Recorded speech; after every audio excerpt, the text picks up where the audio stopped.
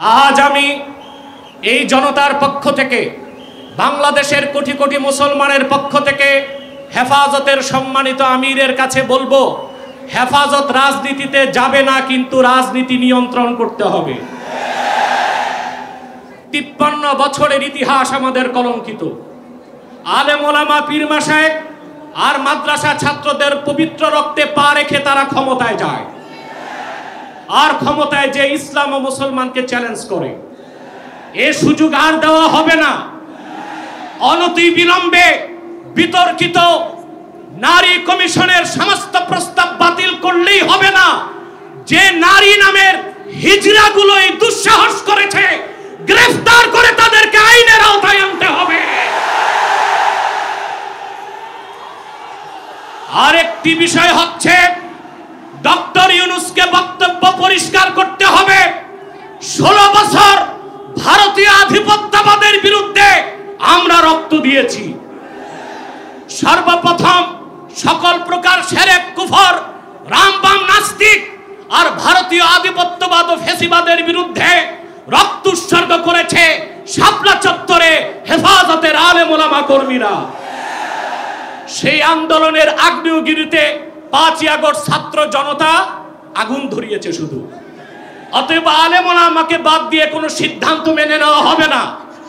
Doctor Yunus সাহেব পরিষ্কার করুন, মানবিক করিডোরের নামে বাংলাদেশকে ইন্দো প্যাসিফিক অঞ্চলে যুদ্ধের দিকে ঠেলে দিবেন না। আমরা ভারতকে শায়েস্তা করেছি। যদি আটলান্টিকের ওপার থেকে কেউ আগ্রাসন করতে আসে, বাংলাদেশের প্রত্যেকটি মাদ্রাসা একটা ক্যান্টনমেন্ট হবে। সেনাবাহিনীর সাথে কাঁধে কাঁধ মিলিয়ে মাদ্রাসা ছাত্ররা দেশ রক্ষায় মাঠে নামবে। আগ্রাসী শক্তিকে বলে দিচ্ছি, আমার দেশের সবুজ লাল পতাকার দিকে যে চোখ তুলবে তার চোখ উপড়ে দেওয়া হবে। আমার বাংলার কোন 1 ইঞ্চি মাটিতে আগ্রাসনের থাবা বসালে সেই কালো হাত ভেঙে দেওয়া হবে। চ্যানেলটি সাবস্ক্রাইব করে আমাদের সঙ্গেই থাকুন।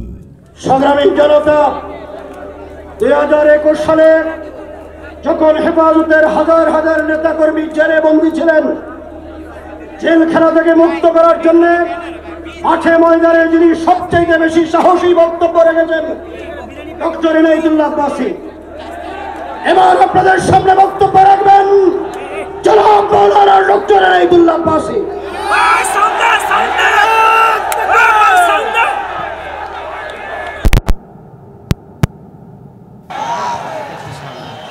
নাহমাদুহু ওয়া নুসাল্লি আলা রাসূলিহিল কারীম, আম্মা বা'দ।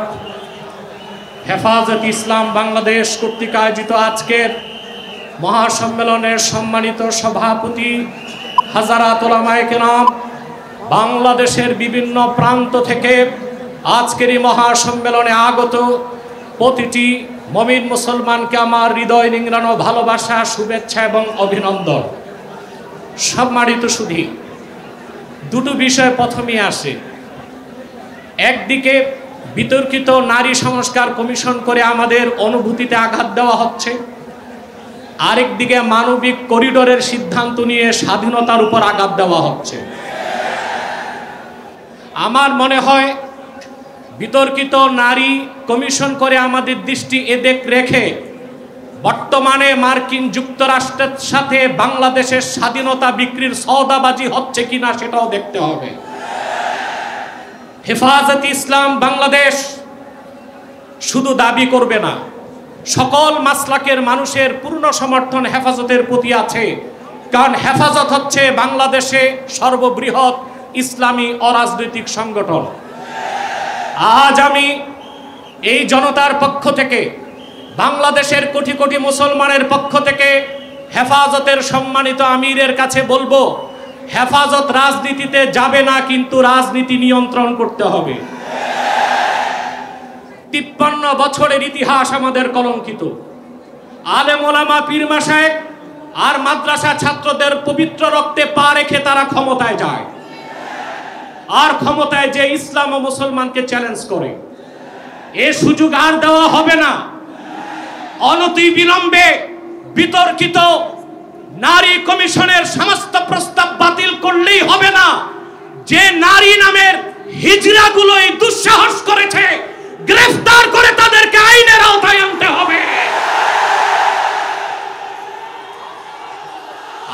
একটি বিষয় হচ্ছে ডক্টর ইউনূসকে বক্তব্য পরিষ্কার করতে হবে। 16 বছর ভারতীয় আধিপত্যবাদের বিরুদ্ধে আমরা রক্ত দিয়েছি। সর্বপ্রথম সকল প্রকার শিরক কুফর রামবাম নাস্তিক আর ভারতীয় আধিপত্যবাদ ও ফ্যাসিবাদের বিরুদ্ধে রক্ত উৎসর্গ করেছে শাপলা চত্বরে হেফাজতের আলেম ওলামা কর্মীরা। সেই আন্দোলনের আগ্নেয়গিরিতে 5ই আগস্ট ছাত্র জনতা আগুন ধরিয়েছে শুধু। অতএব আলেম ওলামাকে বাদ দিয়ে কোনো সিদ্ধান্ত মেনে নেওয়া হবে না। ডক্টর ইউনূস সাহেব পরিষ্কার করুন, মানবিক করিডোরের নামে বাংলাদেশকে ইন্দো প্যাসিফিক অঞ্চলে যুদ্ধের দিকে ঠেলে দিবেন না। আমরা ভারতকে শায়েস্তা করেছি, যদি আটলান্টিকের ওপার থেকে কেউ আগ্রাসন করতে আসে বাংলাদেশের প্রত্যেকটি মাদ্রাসায় একটা ক্যান্টনমেন্ট হবে। সেনাবাহিনীর সাথে কাঁধে কাঁধ মিলিয়ে মাদ্রাসা ছাত্ররা দেশ রক্ষায় মাঠে নামবে। আগ্রাসী শক্তিকে বলে দিচ্ছি, আমার দেশের সবুজ লাল পতাকার দিকে যে চোখ তুলবে তার চোখ উপড়ে দেওয়া হবে।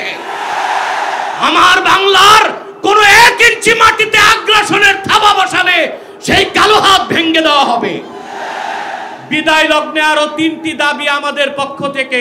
ব্লাসফেমি আইন করতে হবে, freedom of expression, freedom of speech.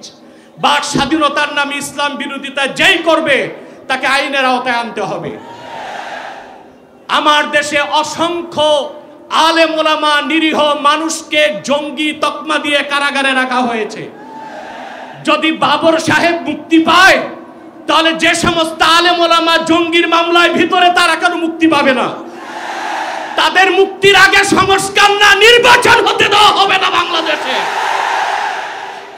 আমার 7ম দাবি, হেফাজতের পক্ষেই বাংলাদেশের সমস্ত মাসলাককে এক প্ল্যাটফর্মে আনা সম্ভব একটি দাবি আদায়ের লক্ষ্যে। সেটা হচ্ছে বাংলাদেশে কাদিয়ানীদেরকে অবশ্যই অমুসলিম ঘোষণা করতে হবে। হেফাজত যদি ডাক দেয় তাহরিকে খাতমে নবুয়্বত সহ সারা বাংলাদেশের মাসলাক আসবে। আমরা কাদিয়ানীদেরকে অমুসলিম ঘোষণার দাবি আদায়ে যদি জান ও মাল দিতে হয় কারা কারা প্রস্তুত আছি। ওয়া আখির দাওয়ানা আনিল হামদুলিল্লাহি রাব্বিল আলামিন। ওয়াসসালামু আলাইকুম ওয়া রাহমাতুল্লাহি তাআলা ওয়া বারাকাতুহু।